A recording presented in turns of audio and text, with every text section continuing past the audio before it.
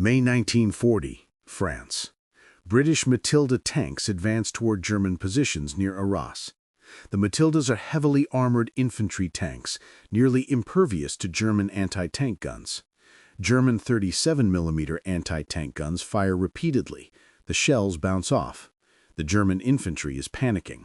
The tanks keep coming, crushing defensive positions, scattering troops. Then the German soldiers hear a different sound. The distinctive crack of 88mm anti-aircraft guns firing not upward at aircraft, but horizontally at the tanks. The high-velocity shells strike the Matildas. Armor that stopped anti-tank rounds disintegrates under 88mm fire. Tanks explode or burn. The British advance stops, shattered by a weapon never intended to fight tanks. This was the first large-scale use of the 88mm Flak gun against tanks. It wouldn't be the last. The 88 would become the most feared anti-tank weapon of World War II, destroying thousands of Allied tanks. Yet, it was designed as an anti-aircraft gun. Its effectiveness against tanks was discovered by necessity and refined into doctrine. This is the story of the 88mm Flak gun, formerly the 8.8cm Flak 18363741, a weapon that defined versatility. It served as anti-aircraft artillery, anti-tank gun, and even field artillery. It influenced weapons development worldwide and became synonymous with German defensive firepower. The sound of an 88 firing became one of the most terrifying sounds of the war for Allied tankers. Origins, Treaty Circumvention. The story of the 88 begins with the Treaty of Versailles. Germany was forbidden from developing modern weapons, including anti-aircraft guns. German military planners, determined to rebuild their armed forces secretly, sent engineers abroad to continue weapons development. In the 1920s, German designers worked in Sweden, developing weapons for the Swedish military that could later be adapted for German use. Friedrich Krupp AG, Germany's premier armaments manufacturer, established a subsidiary in Sweden and collaborated with Bofors, the Swedish arms company. The 88mm caliber was chosen for several reasons. It provided a good balance between shell weight, range, and vehicle mobility. It was large enough to be effective against high-altitude bombers, but not so large as to be unwieldy. The ballistics were favorable for the high-velocity, flat trajectory performance needed for anti-aircraft work. The first prototype, tested in 1928, was promising. By 1933, with Hitler in power and openly rearming, development accelerated.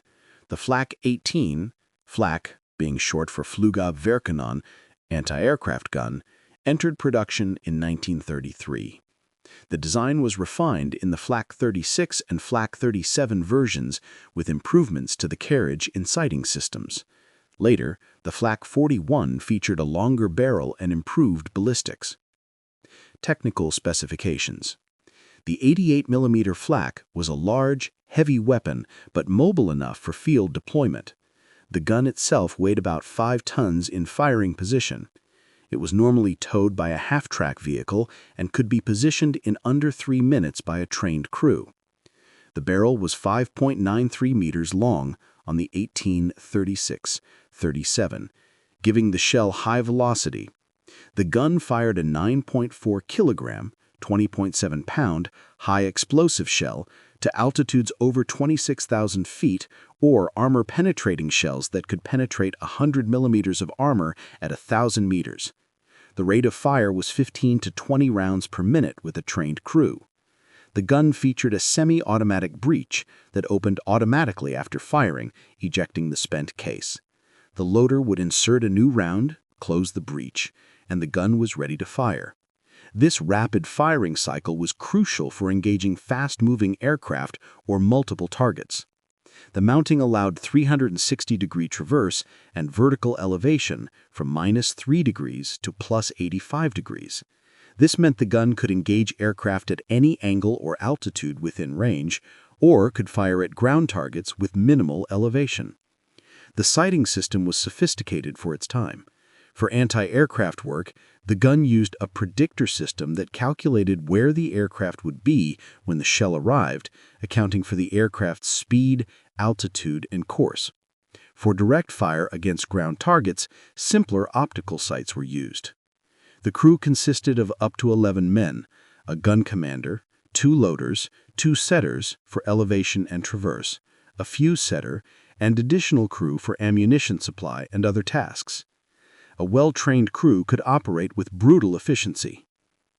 Anti-aircraft role, the primary purpose. The 88's primary purpose was shooting down aircraft. In this role, it was extremely effective. The combination of high velocity, good range, and excellent fire control made it deadly against bombers and high-altitude reconnaissance aircraft. German doctrine employed 88s in batteries of 4 to 6 guns, concentrating fire on single targets. The guns would fire timed fuse shells set to explode at the target's altitude. While individual hit probability was low, concentrated fire from multiple guns created a lethal pattern. Allied bomber crews learned to fear the 88. The heavy flak at 20,000+ feet altitude was almost exclusively 88mm fire. The shells created distinctive black smoke bursts that bomber crews called flak. Heavy flak could destroy aircraft outright or damage them so severely they couldn't return to base.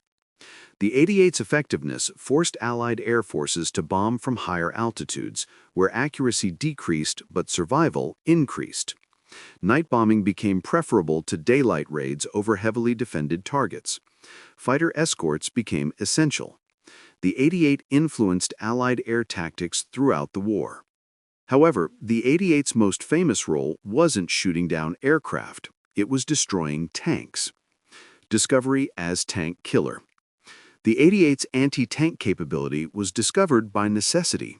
In the Spanish Civil War, 1936 to 1939, German forces supporting Franco's nationalists found their 37mm anti-tank guns inadequate against Soviet-supplied tanks. Some Luftwaffe officers commanding 88mm anti-aircraft batteries began using their guns against tanks in emergencies. The results were devastating. The high-velocity 88mm shells easily penetrated tank armor. The lesson was noted but not immediately incorporated into doctrine. The 88 remained primarily an anti-aircraft weapon. Then came France in 1940. At Arras, British Matilda tanks proved nearly impervious to standard German anti-tank guns.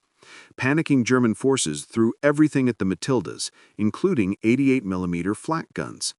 The 88s stopped the British attack, destroying dozens of tanks.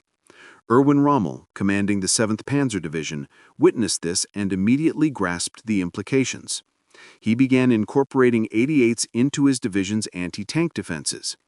In North Africa, Rommel would perfect the use of 88s as tank killers, creating tactics that would dominate desert warfare.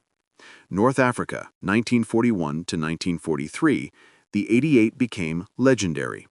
Rommel deployed them brilliantly, using the desert's flat terrain and good visibility to maximize the gun's range advantage. Rommel's tactics were simple but devastating. He'd position 88s in concealed positions covering likely British approach routes. German tanks would engage the British and then retreat, drawing them toward the hidden 88s. When British tanks pursued, they'd enter the 88's killing zone. At ranges up to 2,000 meters, the 88s would engage, destroying British tanks before they could get close enough to return effective fire.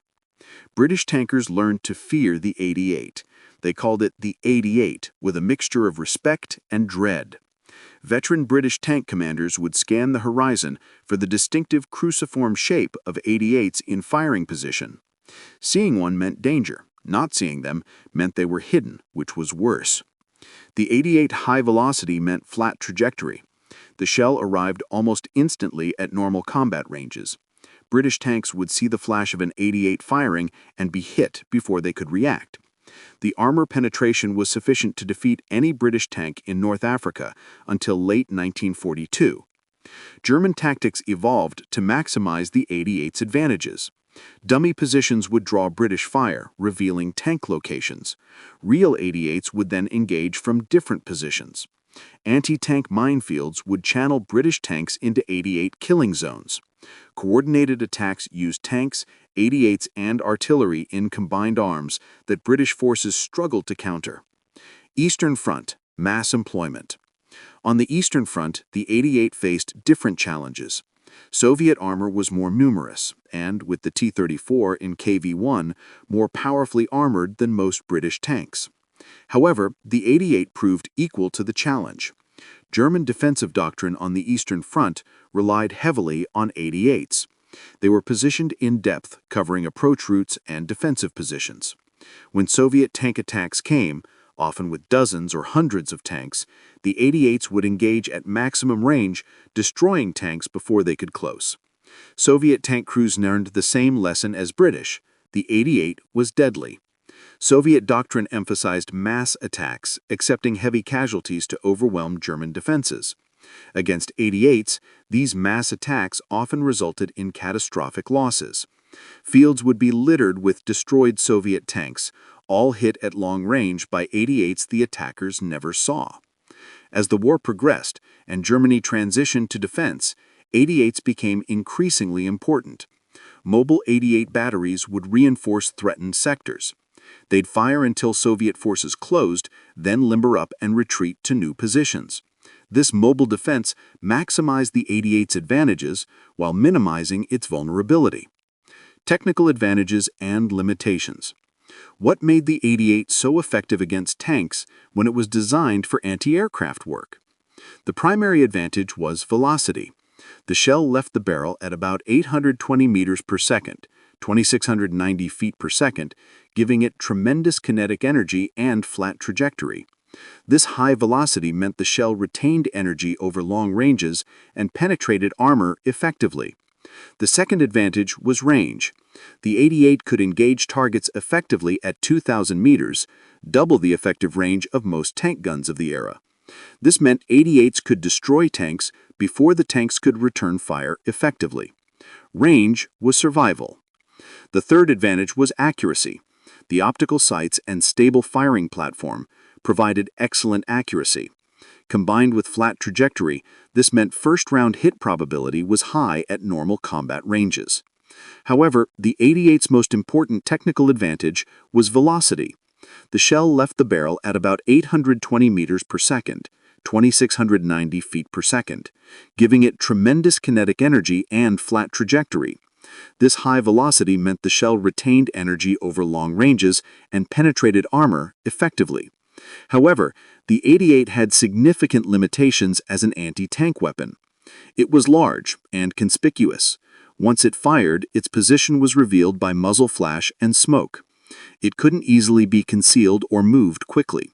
The crew was exposed, vulnerable to artillery, aircraft, and infantry. If enemy forces got close, the 88 was nearly helpless. The gun required a crew of up to 11 men, far more than a tank. Casualties degraded the crew's effectiveness quickly. The gun required significant ammunition supply, with each shell weighing about 20 pounds. Logistics were challenging.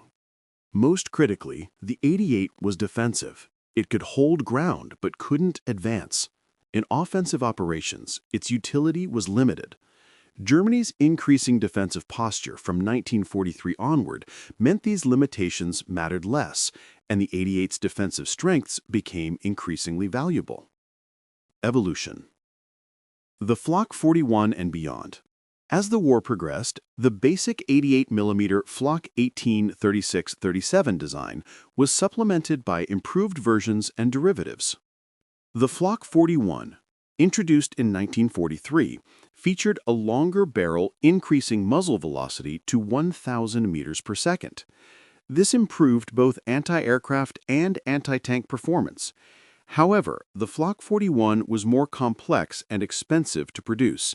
Only limited numbers were manufactured. More importantly, the 88's success led to development of dedicated anti-tank guns using 88mm ammunition, but optimized for ground combat. The PAK-43 anti-tank gun used an 88mm shell with improved armor-piercing capabilities. The legendary Tiger tank mounted an 88mm gun, though different from the Flak gun. The King Tiger mounted the long 88mm KWK-43, one of the most powerful tank guns of the war. These developments showed the 88's influence spreading beyond its original anti-aircraft role. The caliber and ballistic performance were so successful that they became standard for German heavy anti-tank weapons. Production and deployment numbers. Germany produced approximately 20,000 88mm Flak guns of all models during the war. This seems substantial, but it was inadequate for Germany's needs. The guns were in constant demand for both anti-aircraft and anti-tank roles. Commanders always wanted more 88s than were available. The guns were distributed between Luftwaffe anti-aircraft batteries, Army anti-tank units, and coastal defenses. This distribution meant that no single service had enough. The Luftwaffe, technically owning most 88s as anti-aircraft weapons, was often reluctant to release them for ground combat. Bureaucratic friction limited the 88's employment at times. By late war, with Allied air superiority overwhelming German air defenses, many 88s were reassigned from anti-aircraft to anti-tank roles. This reflected changing priorities as the ground threat exceeded the air threat in many sectors. Allied response and respect. Allied forces developed tremendous respect for the 88. British and American tank crews would plan operations specifically to avoid or suppress 88s. Artillery fire missions, airstrikes, and smokescreens were used to blind or destroy 88s before tank attacks. Allied intelligence devoted significant effort to locating 88 positions. Reconnaissance aircraft, artillery spotters, and infantry patrols all sought information on 88 deployments. Knowing where the 88s were located allowed planning attacks to avoid them or suppress them effectively. When 88s were captured, they were studied intensively. Allied ordnance experts measured their capabilities, examined their construction, and analyzed their effectiveness. Post-war, Allied weapons development showed clear influence from studying the 88. The 88's reputation sometimes exceeded its actual prevalence. Allied reports often attributed tank losses to 88s when other weapons were actually responsible. The 88 became a catch-all explanation for tank losses, somewhat like how every German tank was called a Tiger, regardless of actual type.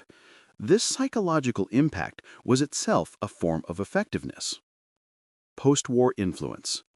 The 88's influence extended far beyond World War II. Its demonstration of the value of high-velocity dual-purpose guns influenced post-war weapons development. Many nations developed similar weapons after the war.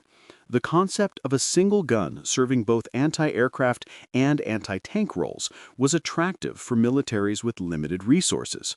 Soviet, American, and British weapons all showed 88 influence in their design philosophies. The 88's success also validated the trend towards larger caliber anti-tank weapons. Post-war tank guns grew increasingly powerful, reaching 105mm, 120mm, and even 125mm calibers. The arms race between armor and anti-tank weapons, which the 88 exemplified, continued throughout the Cold War. Some 88s continued in service after 1945. Nations that had received German equipment continued using 88s for years. Some remained in service into the 1960s in various militaries. The robust design and continuing effectiveness meant the guns remained useful long after Germany's defeat. The human element, crews, and casualties. Operating an 88 was dangerous work. The guns were priority targets for enemy artillery, aircraft, and tanks. Once an 88 fired, its position was revealed. Counter-battery fire would arrive within minutes. Crew casualties were high. The crews developed intense pride in their weapon and their skill. They knew they were operating one of the war's most effective weapons. The ability to stop tank attacks or shoot down aircraft provided satisfaction and purpose. Veterans recalled feeling powerful behind an 88, able to dominate the battlefield despite the danger. However, the psychological burden was significant. Crews knew they were high-priority targets. They knew that if enemy tanks or infantry got close, they were extremely vulnerable. The exposed crew positions meant shrapnel, bullets, or shell splinters would cause casualties easily. Many 88 crews died at their guns. The loading and firing process was physically demanding. The shells weighed about 20 pounds. Loaders would handle dozens of shells during engagements, exhausting work requiring strength and endurance. In hot climates like North Africa, the physical demands combined with heat created brutal working conditions. Notable actions and battles. The 88 played crucial roles in numerous battles throughout the war. At Arras in 1940, 88 stopped the British counterattack that might have disrupted the German advance. In North Africa throughout 1941-1942, 88s were central to German defensive successes. At Kursk, in July 1943, 88s helped blunt the German offensive. Both sides used 88s. Germany offensively and defensively, Soviets had captured examples, and the gun's effectiveness was demonstrated repeatedly as thousands of tanks clashed. In Normandy, 1944, 88s inflicted heavy casualties on Allied tanks advancing from the beaches. The bogage terrain of Normandy, with its hedgerows and restricted visibility, somewhat negated the 88's range advantage, but it remained deadly. During the Battle of the Bulge in December 1944, German forces used 88s effectively in both anti-tank and anti-aircraft roles, contributing to initial German successes before American air superiority and artillery overwhelmed German positions. In the final battles in Germany 1945, 88s formed the backbone of German anti-tank defenses, fighting desperately against overwhelming Allied numerical superiority until ammunition was exhausted or crews were killed. Comparing to other anti-tank guns. How did the 88 compare to Allied anti-tank weapons? The American 3-inch anti-tank gun, 76.2 millimeters, was effective but lacked the 88's range and penetration. The British 17-pounder, 76.2 millimeters, was comparable to the 88 in penetration, but was introduced later and produced in smaller numbers. Soviet 85mm and 100mm anti-tank guns were effective, but generally less accurate and shorter ranged than the 88. No Allied weapon quite matched the 88's combination of range, accuracy, and hitting power until very late in the war. This gave German defenses a qualitative advantage that partially offset Allied numerical superiority. However, the 88's advantages must be contextualized. It was primarily a defensive weapon. Allied forces, generally on the offensive from 1943 onward, could use artillery, airstrikes, and infantry to suppress 88s before committing tanks. The 88 was deadly, but could be countered through combined arms tactics and overwhelming firepower. Conclusion. The 88mm Flak gun represents successful weapons development achieving results beyond the original design intent. Created as an anti-aircraft gun, it became one of World War II's most effective anti-tank weapons. Its high velocity, long range, and accuracy made it deadly against both air and ground targets. Over 20,000 were produced, serving on every front where German forces fought. They shot down thousands of aircraft and destroyed thousands of tanks. The distinctive sound of an 88 firing became one of the war's most recognizable and feared sounds. The 88 influenced weapons development for decades. Its demonstration of the value of high-velocity, multi-purpose guns shaped Cold War weapons programs. Modern anti-aircraft and anti-tank weapons trace conceptual lineage to the 88.